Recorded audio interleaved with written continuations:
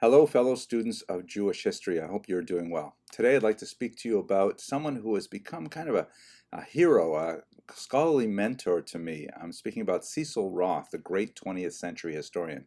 And I found that, quite recently, his work has intersected with my own work and my own life, actually, in three distinct ways. So I thought, hey, let's make a video about Cecil Roth. So let me tell you quickly about those three ways, each of which is a small plug. The first is I'm going to be going on 2 history cruises this year in which I'm going to rely very heavily on Cecil Roth. One of those trips is along the Seine River, and in fact, the video that you see behind me is a really cool kind of panorama of the various rooms and places in the boat that we'll be sailing on. And the second cruise is going to be to Venice, and Cecil Roth, of course, is primarily known in his research specialization as a historian of Italian Jewry, so I'll be relying very heavily on him. The second major way in which his work is intersected with my own is that, God willing, I'll be speaking in New Jersey twice this month, and I'll be speaking about the meaning of Jewish history, looking at how historians have made an impact on the way we shape our understanding of the past. We're going to start by looking at Josephus, looking at the great Roman Jewish War, the 1st century, and then we're going to move in the second talk to the medieval period, looking at people like David Gans and several other historians, and then finally we're going to look at the modern period, and Cecil Roth is one of those figures that is so important for us understanding how we got to be where we are today. So I'm going to put details about where I'm speaking in Teaneck and then in Fair Lawn in the information box if you are available, and in New Jersey this month. And third, I'm really excited to be working with Cecil Roth Scholarship on my own attempt to create a survey of Jewish history. This is a forthcoming 3-volume work that's going to be appearing under the imprint of Koren Publishers in Jerusalem. So Cecil Roth has become so important to me in these 3 distinct ways. Let's talk a little bit about him now that we've had this longish introduction. He was born on March 5th of 1899, although some of the official records actually record his date as March 11th. The family history indicates that his father, who was a Polish immigrant, somehow missed a date to register his son's birth properly, and so it was delayed by several days until March 11th, and some records apparently reflect that later date. Cecil was one of 4 brothers. One of them, Leon, actually became a professor of philosophy at Hebrew University. He received a traditional secular education, and his father enjoined a private Hebrew tutor. His mother was English-born, and so Cecil Roth had kind of an upbringing that was open to the Eastern European influence, but also firmly rooted in his English background. He served in World War I as a private, and he saw combat. As a religious Jew, he was sometimes brought in to actually serve as a chaplain and officiate at the funerals of some of his compatriots. After the war, he returned and he entered Oxford University in 1919. Here's a picture of him in that year. He was at Merton College, and he showed an early great talent for history, ultimately graduating with a doctorate in 1925. His graduation was especially interesting in that because 2 of the exams were held on Shabbat, he had to miss them, and nevertheless he was able to graduate with distinction. He married Irene Davis 3 years later, and she actually wrote a very important memoir of their life together, which I've relied on very heavily for this particular video.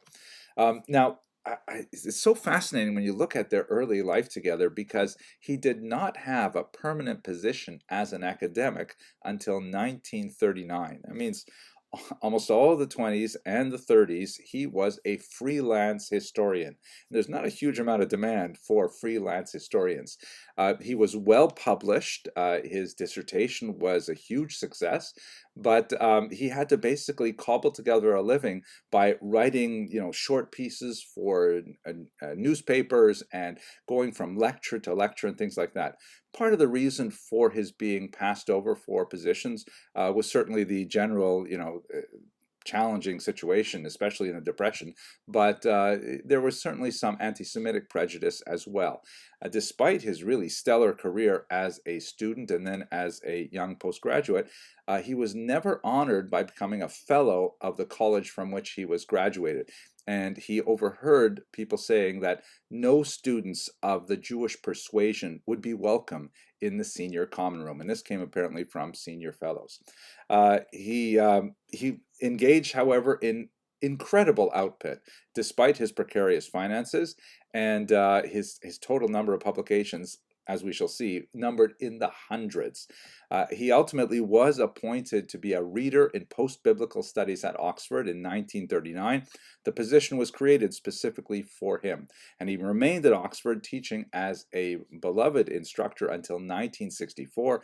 Later, he went on to have some visiting appointments at Queens College in New York City, also Stern College at Yeshiva University, and as we shall see, a rather unfortunate appointment at Bar Ilan University at the end of his life. His activity during the late 30s and into World War II shows a tremendous unification of his scholarship and a personal heroism as well. He was interviewed for a position with the British war effort that would have taken advantage of his Italian skills. He was, of course, fluent in the language and one of the world experts on Italian Jewish history and Italian history in general. But he was turned down ostensibly because he only held the rank of private for the 1 year that he was eligible to serve in World War I. It's not impossible. There was some anti-Semitism that held him back as well. His life was personally threatened several times by Nazi sympathizers in England because he was such a vociferous opponent of Nazism, and he did this in two ways. And one way was by collaborating with Arthur Szyk on his really impressive Haggadah that had a very strong anti-Nazi tone to it, and there's some excellent research that's forthcoming on some of the hidden messages in the Szyk Haggadah. We should also mention, by the way, that Cecil Roth had a lifelong interest in Haggadahs in particular. He was very deeply involved with the Sarajevo Haggadah. He published a version of the Chinese Haggadah, the Haggadah of the Chinese Jews, and so on, which I understand has an absolutely delicious set of recipes. No, just kidding, I added that part. His major work on the eve of the Holocaust was a book called The Jewish Contribution to Civilization. He published this in 1938 as a direct response to the rise of Nazism. Whereas Hitler and the Nazis wanted to show how the Jews had somehow ruined Western civilization and were responsible for his downfall, Cecil Roth pushed back with the skills that he had at his disposal, which was to demonstrate over and over again the tremendous contributions, as the title indicates, that Jews made to civilization. There's a fascinating note in an article by Elisa Lawson, who wrote a dissertation on Roth's contribution to English history in particular. And I hadn't seen this myself, but apparently he dedicated a different book directly to Hitler himself, a book on the Sassoon dynasty, again, speaking to the idea of the Jews making tremendous contributions to world history.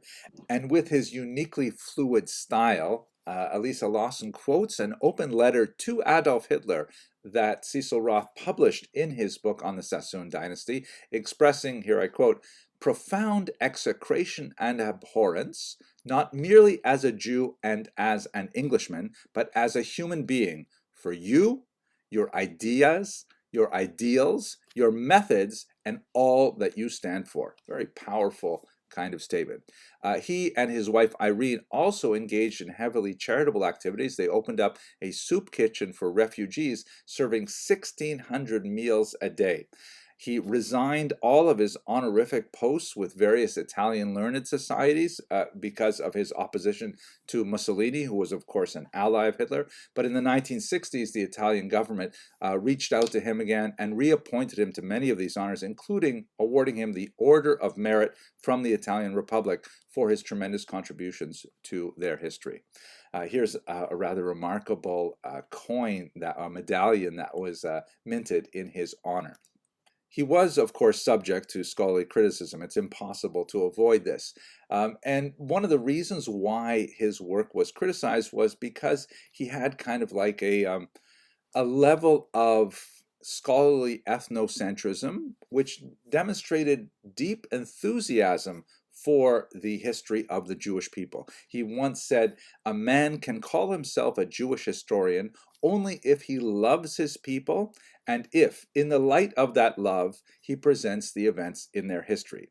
It should be noted that a lot of this criticism was really overblown, and in fact, lumping him in, as some historians have done, with the lachrymose school, that is most notably associated with the criticism of Saulo Baron, very important historian also of the 20th century. Lachrymose means full of tears, and there's this kind of idea that historians have hewed to this notion that Jewish history is all about books and pogroms, right? Like there's, discrimination and all kinds of violence, followed by scholarship and huge achievements. Now, there is some merit to looking at history that way, but Cecil Roth could hardly be called a member of that school, and he often pointed a penetrating searchlight on some of the darker aspects of Jewish history as well. And he has been defended by no less a scholar than David Ruderman, who wrote a tremendous article, championing the kind of work that Cecil Roth did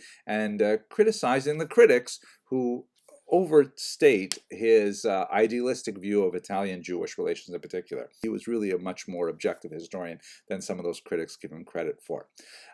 Nevertheless, he was definitely a strong proponent of the Jewish people in a much more nationalistic sense.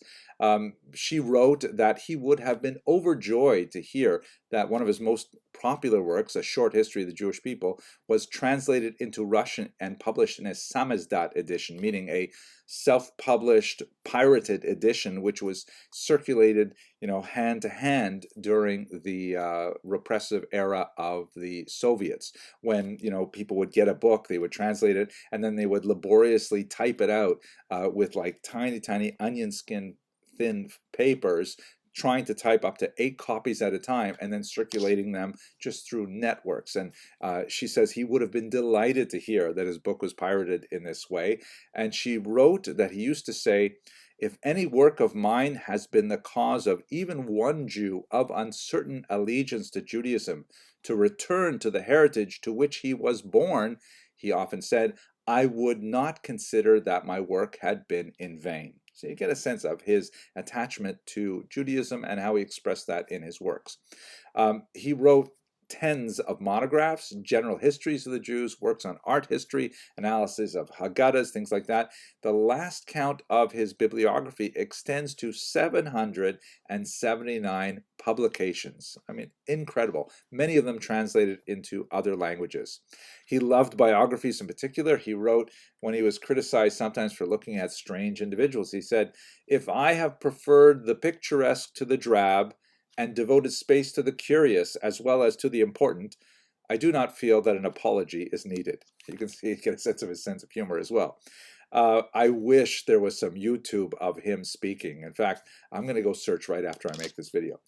But his most colossal contribution, which is often overlooked, is the fact that he served as the editor-in-chief of the massive, multi-volume Encyclopedia Judaica, which is without doubt the largest, most far-reaching piece of and comprehensive piece of Jewish scholarship since the Babylonian Talmud. It is a massive work of scholarship. I myself use it quite frequently. I refer to it very often, and every now and then when I'm reading, I'll come across a passage and I'll say, wow, this is like so well written and well expressed, and I'll look down and I'll see the little initials CR, that in fact that particular article was written by Cecil Roth himself.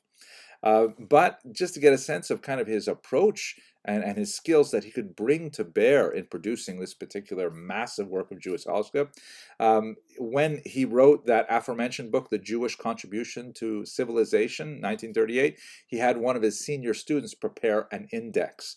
When he went and he looked over the index, he was horrified to see that it did not include any names of women. So he went back to the student and said, well, how come there are no women mentioned here? I wrote about so many women. And he said, well, I didn't think they were important enough to make it into the index.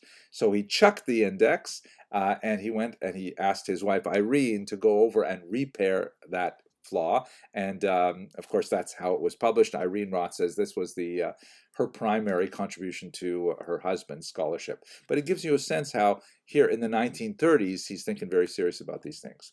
He was a great popular historian, involved in all kinds of multimedia activities as well. Here you can see an interesting picture of him with Cecil B. DeMille, the great director who produced the Ten Commandments, among many other films, Ben-Hur, and he once wrote a note to him, from one Cecil to another Cecil, right? Although Cecil Roth's Hebrew name was Bezalel, I don't know if Cecil B. DeMille had a Hebrew name at all.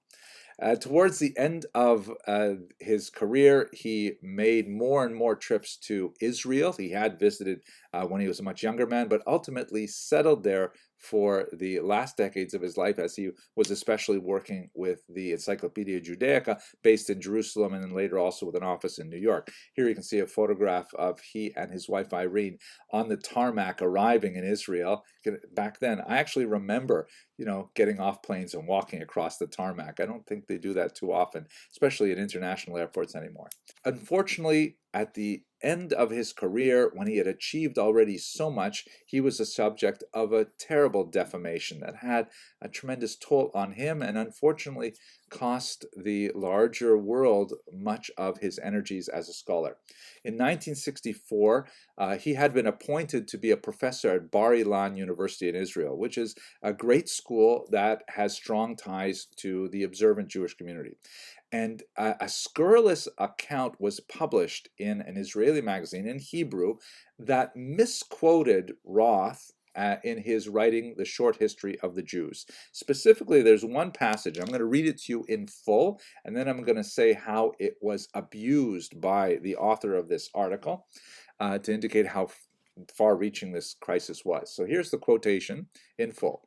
"It is said by some critics that not a shred of evidence for the historicity of Moses exists. That may be so if we are to regard potsherds as more significant and more reliable than the memory of people or written records of immemorial antiquity."